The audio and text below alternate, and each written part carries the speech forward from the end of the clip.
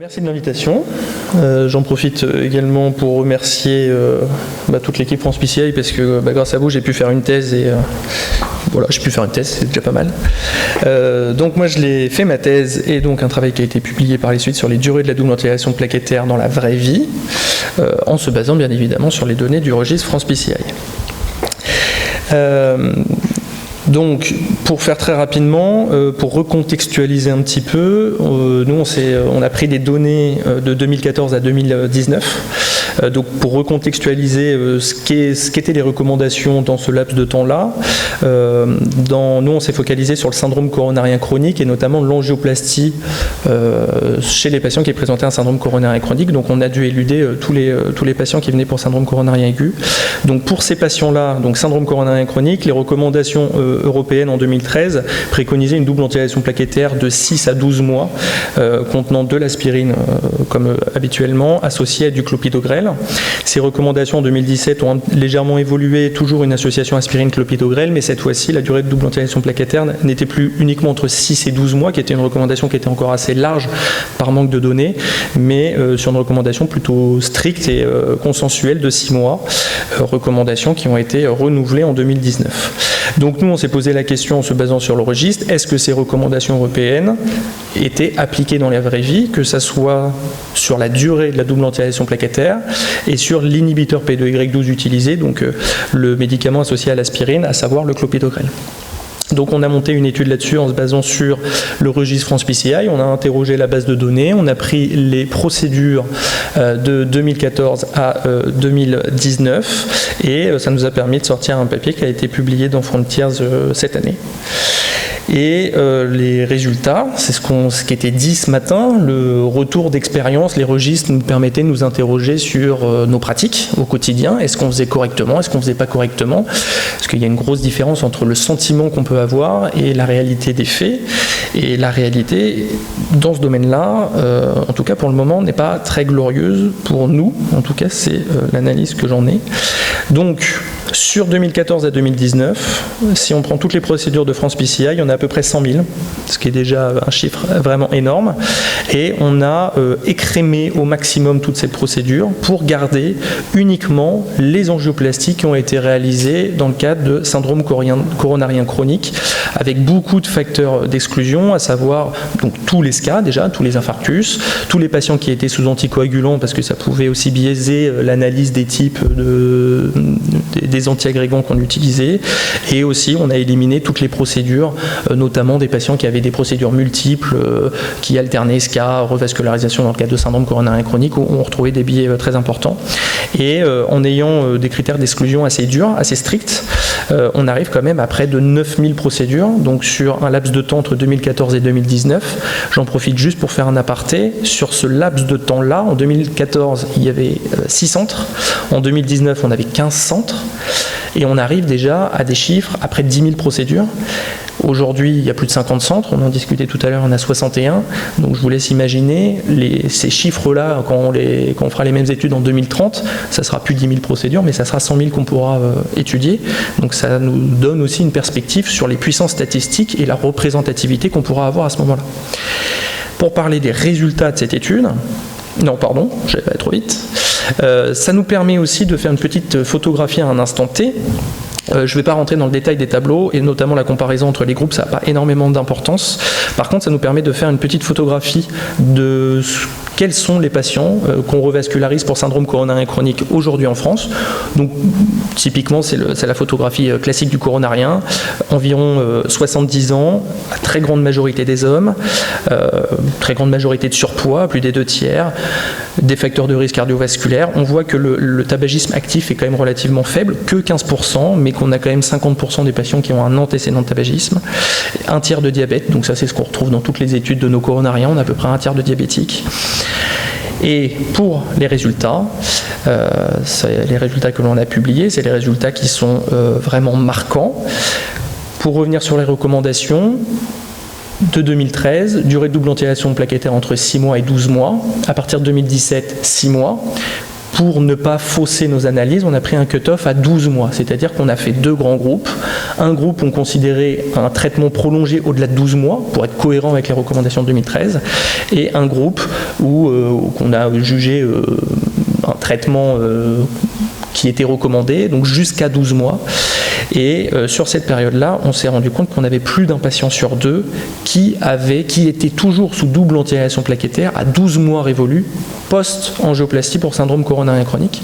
Donc on avait un patient sur 2, plus d'un patient sur 2, qui avait une durée de double antiaération plaquettaire qui était trop longue par rapport aux recommandations.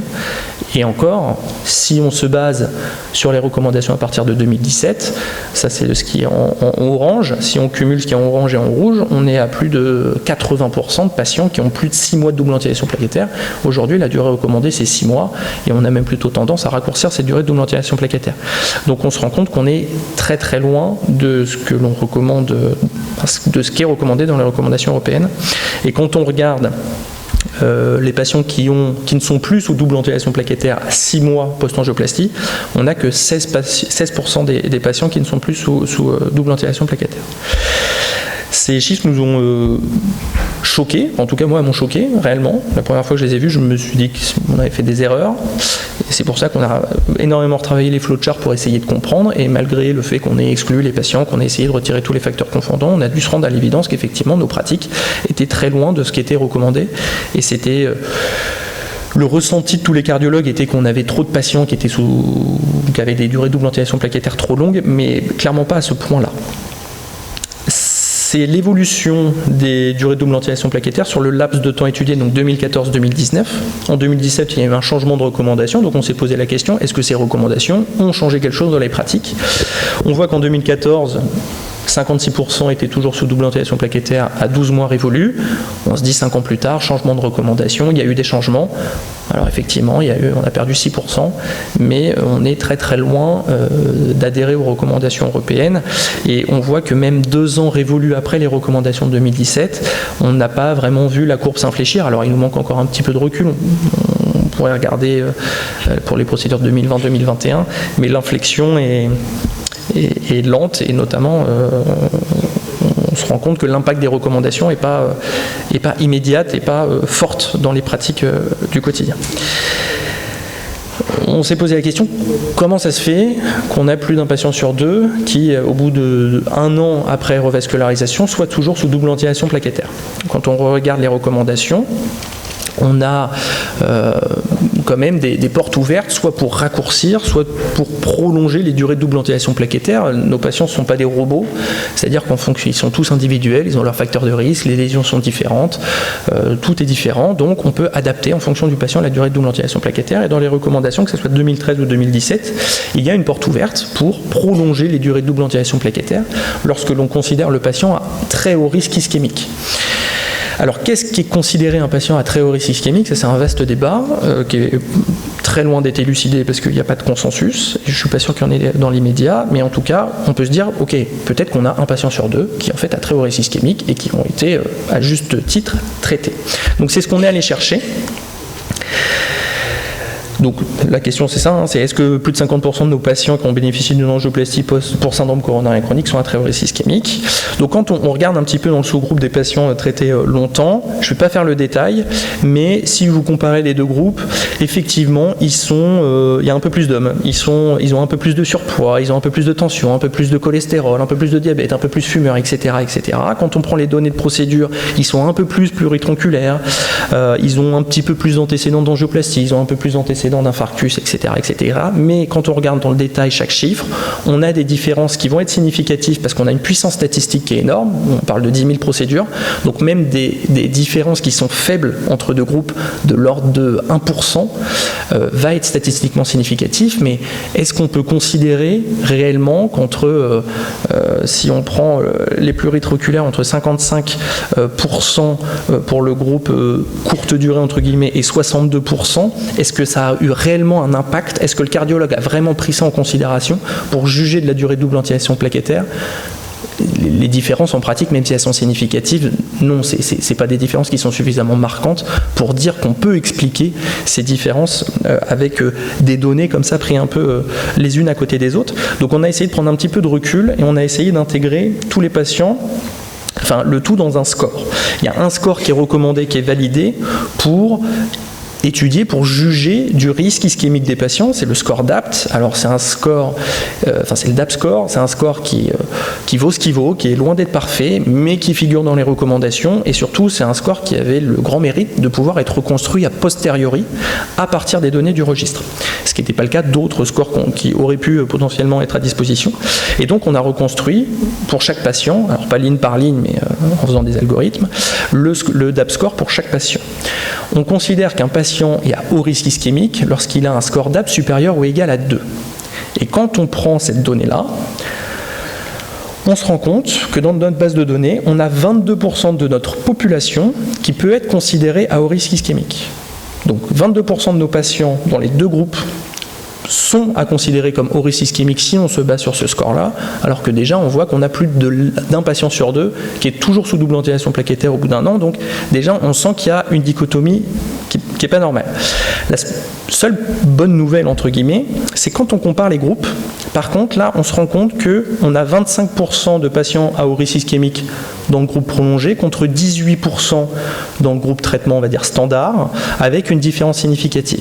Donc si on prend, on va dire, tous les facteurs qui conduisent à augmenter le risque ischémique de nos patients, on sent quand même qu'il y a la prise en compte de nous, des soignants, du cardiologue, de ce risque ischémique pour adapter quand même une durée de double ventilation plaquettaire.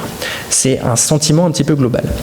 Mais ça ne permet pas d'atténuer quand même la différence du risque ischémique par rapport à ce qui est réalisé en pratique. Une autre façon de concevoir les données qui sont là, c'est que dans le groupe durée prolongée, on a 25% de patients qui peuvent être considérés à haut risque ischémique. Ça veut dire qu'on a 75% des patients qui ont reçu une double ventilation plaquettaire prolongée qui n'étaient pas à haut risque ischémique. Donc les 3/4 des patients qui ont eu une durée trop longue, ne devaient pas avoir une durée trop longue, et ça on peut presque l'affirmer. En tout cas, le chiffre est tellement marquant que même si on a une erreur de quelques pourcents, ou même si on peut parler que c'est un registre, on n'est pas sur du prospectif, ce qu'on veut, on est quand même très très loin des recommandations. Un petit mot, donc ça c'était sur les durées de double ventilation plaquettaire, donc on est loin de ce qui est recommandé. Le type d'inhibiteur P2Y12, de tout temps, et ça a été consensuel, c'est le clopidogrel qu'on doit utiliser. On se rend compte, et ça au fur et à mesure des années, qu'on a 80% d'utilisation du clopidogrel, donc on est quand même déjà sur quelque chose qui est beaucoup plus en accord avec les recommandations. Mais on se rend compte, quand on regarde un petit peu les autres inhibiteurs P2Y12 utilisés, qu'on a quand même une 15% de ces patients qui sont mis sous aspirine ticagrelor, qui ne figure pas du tout dans les recommandations et qui est plutôt même... c'est à ne pas faire en théorie, sauf pour de très très rares patients, mais je dois vous avouer qu'on n'explique pas ce pourcentage de 15% de ticagrelor pour des patients qu'on a vraiment sélectionnés, qui sont des syndromes coronariens chroniques et qui ont bénéficié d'une angioplastie. Donc pour répondre à la question, les durées de la double ventilation plaquettaire sont-elles respectées dans les vraies vies? En tout cas en ce qui concerne le syndrome coronarien chronique, on peut dire que non, on en est loin, et ça c'est ce que nous permet le registre, c'est nous analyser sur ce qu'on fait en pratique.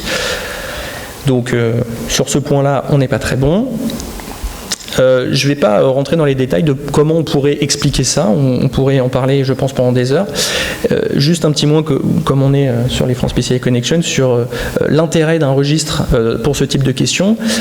C'est des questions qui peuvent pas être impossible de répondre par des études prospectives ou ce genre de choses, donc ces données et ces analyses-là, ces questions-là ne peuvent être uniquement répondues que par des registres. C'est de l'étude de vraie vie, donc ça nous renvoie vraiment au visage ce qu'on fait au quotidien. L'utilisation de registres pour ce type de questions, c'est la puissance statistique que nous apporte le registre. On voit donc là, nous on a étudié à peu près 9000 procédures, dans les années qui viennent ça sera des dizaines de milliers, et donc on a des résultats qui sont puissantes, qui sont pertinentes et qui doivent être impactantes aussi pour nos pratiques de demain. Et donc ça c'est une ouverture, on va dire. On peut se poser la question par contre de l'impact médico-économique de ce type de questions et de résultats. Un patient sur deux post-angioplastie prend des traitements qu'il ne devrait pas prendre. Déjà, ça a un impact économique, parce que ça veut dire que c'est la sécurité sociale qui paye des boîtes de médicaments que le patient ne doit pas prendre. Et accessoirement, c'est des médicaments qui peuvent être dangereux. On sait que c'est responsable d'hémorragies sévères, voire mortelles. Et tout ça, ça a un coût économique, mais ça a aussi un coût humain. Et tout ça, ça pourrait être quantifié, même si c'est très compliqué, parce que ça nécessite des redondances de bases de données. On en a parlé un petit peu plus tôt, c'est très compliqué. Voilà, j'ai fini. Merci beaucoup, Anthony.